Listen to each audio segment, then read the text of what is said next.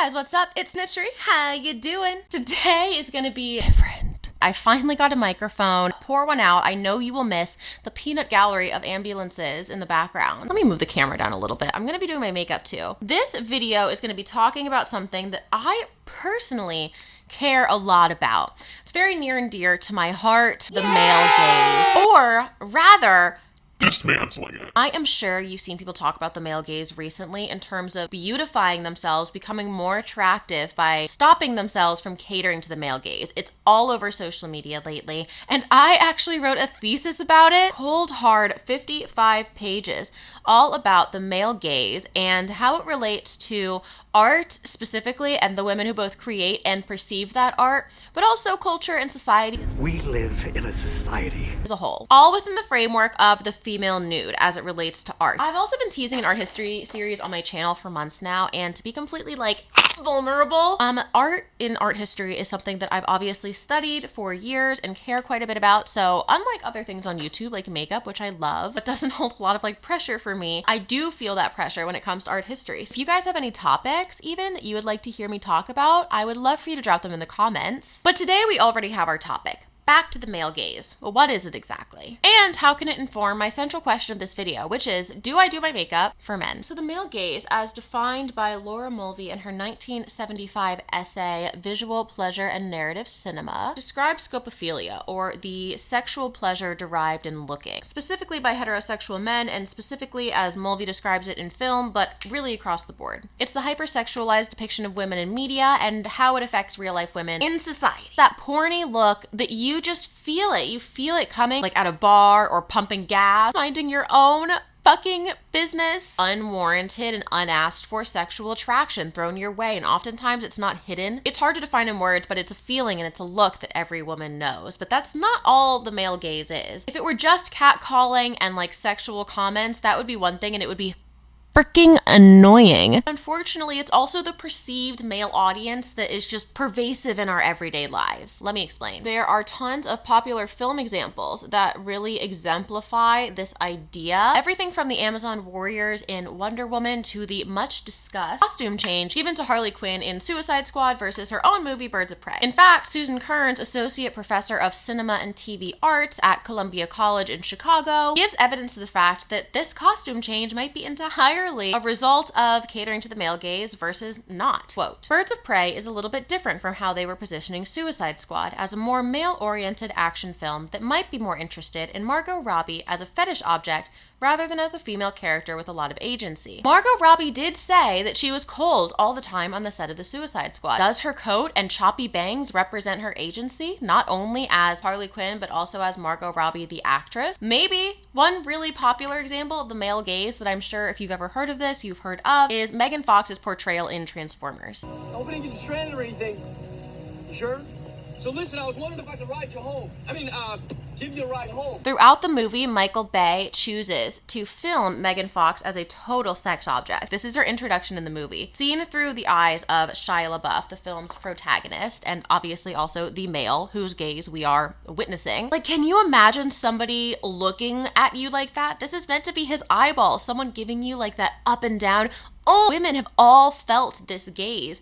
And as a camera, it doesn't make it any less uncomfortable to look at, especially because in the context of the film, Megan Fox's character is meant to be a really good mechanic, and nobody ever takes her seriously because she's hot. The movie doesn't even take her seriously. The manic pixie dream girl of things like Looking for Alaska or Scott Pilgrim versus the World. Great movie. Absolute bangers. Not perfect. We only ever see Ramona through the eyes of Scott, and obviously it's a very flattering portrayal. It made us all dye our hair. But at the end of the day, she was still an object for Scott. She was something that he wanted to win at the end of the movie, and that was the object of the film. I wrote my thesis in 2017 as it relates to art history, and since then, like I mentioned, this has just exploded in popularity across the internet. In the past month or so, maybe two, suddenly everybody has started talking about the male gaze, spawned from seemingly where all trends are born, for better or for worse, TikTok. There are millions.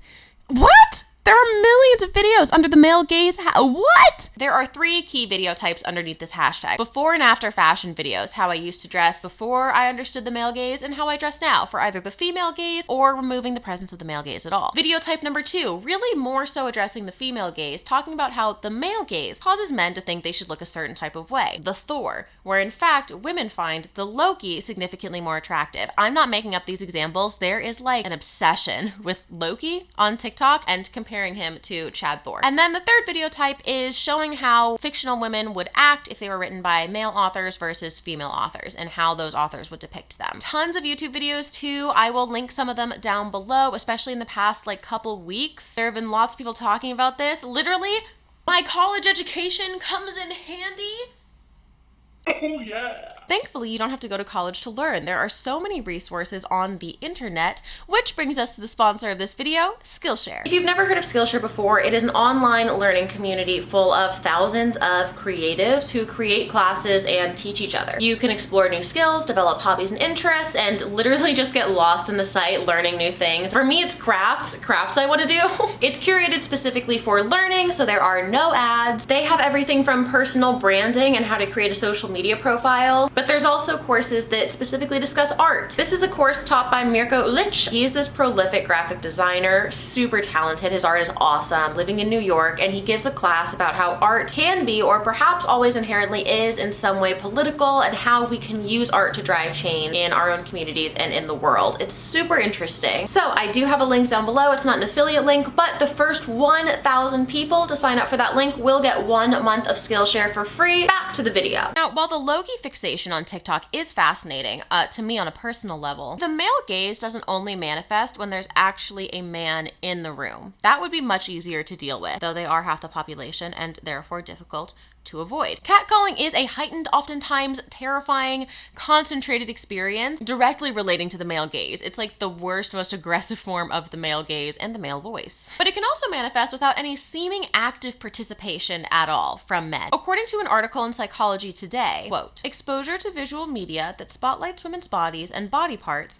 depicting them as the target of a non-reciprocated male gaze, can also passively influence women who are seeing this media, applying it to themselves through the act of habitual body monitoring. Body monitoring is what you're doing when you're constantly checking yourself out in every reflective surface. It's messing with your clothes and just being hyper aware of what you look like kind of in a space. I want to circle back to Black Widow and Natasha Romanoff. And in her very first introduction to the MCU, she is undercover. We see Tony Stark pull up images of her in lingerie and start ogling her as she stands 10 feet away. When she promptly and satisfyingly curb stomps Happy, Tony merely remarks with, I want one. Obviously, this is in Tony's character. We stand growth, but it's still the MCU's first and predominant female superhero. Even after proving her ability to fight, she's still remarked on as an object. Tony doesn't say, I want her. He says, I want one. Watching that kind of media, you internalize it. You know, we're taught as women at a young age that our bodies both have currency, like social currency, for better or for worse, and as an agonizingly pervasive response, are constantly being viewed sexually by many, if not all of the men around us without our consent. As Psychology Today referenced, it is the non-reciprocated male gaze. If we're always thinking about how we're being seen by men, of course we're going to start dressing and looking and acting in a way that will protect us in society, get us a higher standing in society. People are nicer to you when they find you attractive. If you're always unconsciously thinking about your body being perceived by men, it starts changing the way you position your body. Am I contouring really for me, or because on some unconscious level I understand that men are going to be looking at me from all angles because I never see my own contour? If you ask me, I think that's just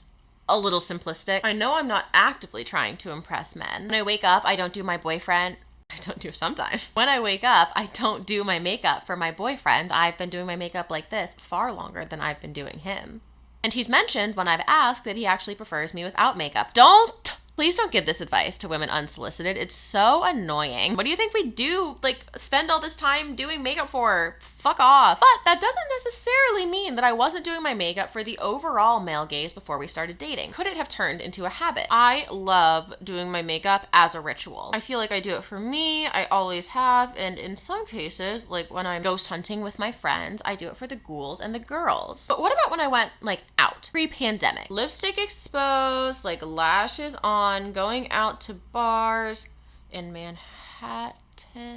Romanticize your life. I'm a person who is attracted to men. And still, when a man would compliment me under the dim lights and gentle hum of the psychedelic furs, I would feel oftentimes more insecure. Or maybe insecure is not the right word. My God complex has been a glorious fire raging for years. But at the very least, I felt unsafe, maybe, almost always, of how I was being perceived in a space suddenly. The motivation behind that compliment was, if anybody else was watching what was going on in case I was in danger. All these things would flash through my head, and it simply never happened when I was experiencing the warm, full body glow of being complimented on my little rainbow face jewels by a woman. That would lead me to believe that I fully do my makeup for me, and if anything else, for other women. There's like the kind of joke that women do their makeup for other women in the bathroom, but that's true. Like, that's quite literally the safest, kindest, best feeling you can get out of a compliment in public. It never comes from a man. And I am attracted to men, so I wanted to get to the bottom of why that was. There are studies that would argue that doing your makeup overall and self-grooming is like inherently detrimental. Psychology Today states that, quote, laboratory experiments and surveys find that self-objectification increases body shame, disrupts attention, and negatively predicts well-being. And that, quote, performing daily grooming rituals in front of a mirror is perhaps one of the most common ways women self-objectify, taking the perspective of another before they appear in public. So if doing makeup and hair before going out is the most common way that women self-objectify, and self-objectification leads to like all of these terrible things, am I literally just in this constant rut of doing my makeup to self-objectify myself? Or could this potentially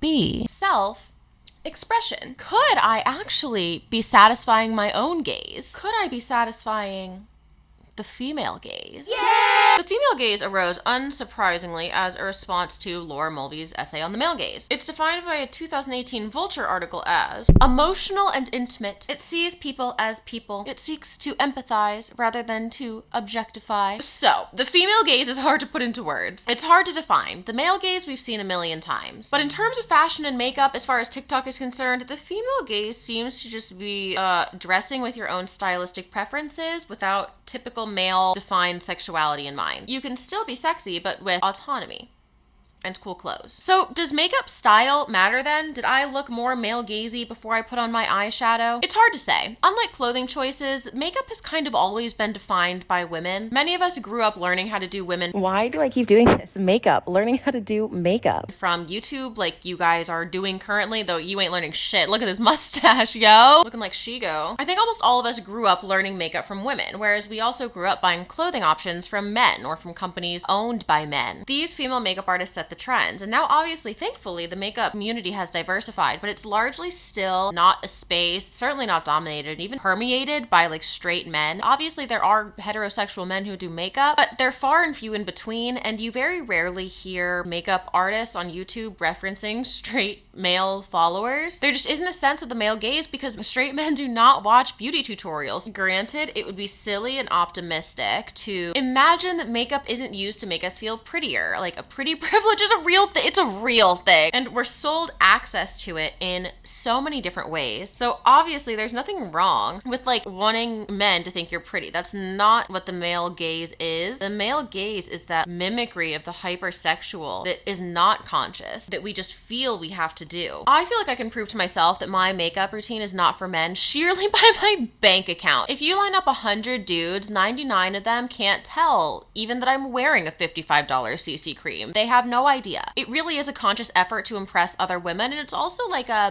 community builder almost in real life. I go out in public looking like this and someone compliments my makeup. At the very least, we have this thing in common. Like, hey, I watch this little niche section of YouTube as well. And that section is almost entirely dominated by other girls, people who were not straight men. I like that acknowledgement from women, and that's what I strive for when I put this makeup on and I go out and like peacock into public. It's for the female gaze, of which I am a member. Like, it genuinely is for me. Look no further than my YouTube video where I had my boyfriend do my makeup. I explained to him that I did my eyebrows every day, and you would think I was telling him that